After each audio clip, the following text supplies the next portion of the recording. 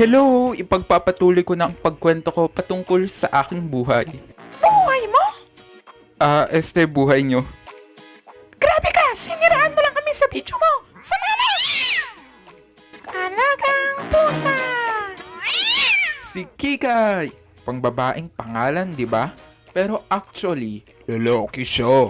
Naalala ko pa nga nung first time na dinala siya sa bahay. Pumunta siya sa ilalim ng kama. Shy type yarn. Oh no!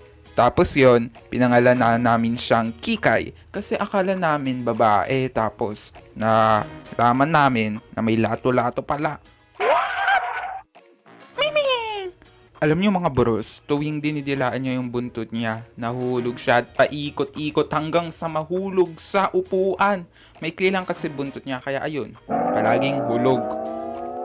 Si Kiko! Siya ang kauna-unahang Persian cat namin, kaya first time rin naming magpaligo ng pusa kasi mainit here in the Philippines. Oh no! And makapal kasi yung balahibo niya. Pero kapag pinapaliguan, ay, nangangalmot at pasaway. Dahil nga may ibang lahi siya, limited lang yung time niya para lumabas. May curfew yan? Kaya kapag nakakalabas siya, every morning, todo gising ko sa kapatid ko para habulin at kunin sa puno. Minsan nga nawala yan ng ilang araw at gumala-gala kung saan-saan.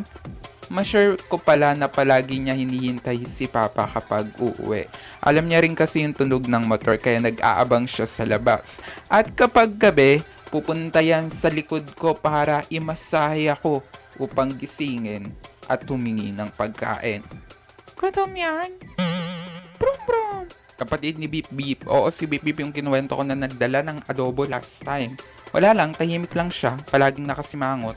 Si Batik. Si Batik guys, maaga na buntis. Pasaway na batang pusa. Kapag nagkaanak, palagi niya binibit-bit sa kwarto. Ano gusto mo? Lipat na lang namin yung kwarto? Ha? Si Milo. Siya si Milo, yung pusang matatakutin. Takot sa tunog ng electric fan sa stuffed toys. Naalala ko pa nga nung nawala siya ng 2 araw, tapos may narinig kaming Meow, meow, meow. sa bubungan. Nandun pala siya. Hirap na hirap kami kunin kasi takot bumaba. Nakaakyat pero di makababa. Pero thank you Milo dahil sa'yo nagsama-sama kaming 5 magpipinsan para lang kunin ka. Si Miko, malambing siya, palaging nakakandong sa akin. Kapag nakadapa nga ako tsaka nagsusulat, nasa likod ko. Kapag nag-workout, hihigaan niya yung pinag-workoutan ko.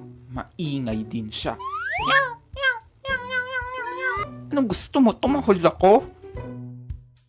Yay! Dito natatapos ang serya ng mga alaga kong pusa. Wow, serya? 2 video lang? Salamat kahit minsan naiinis ako sa kanila pero naging makulit. Makulay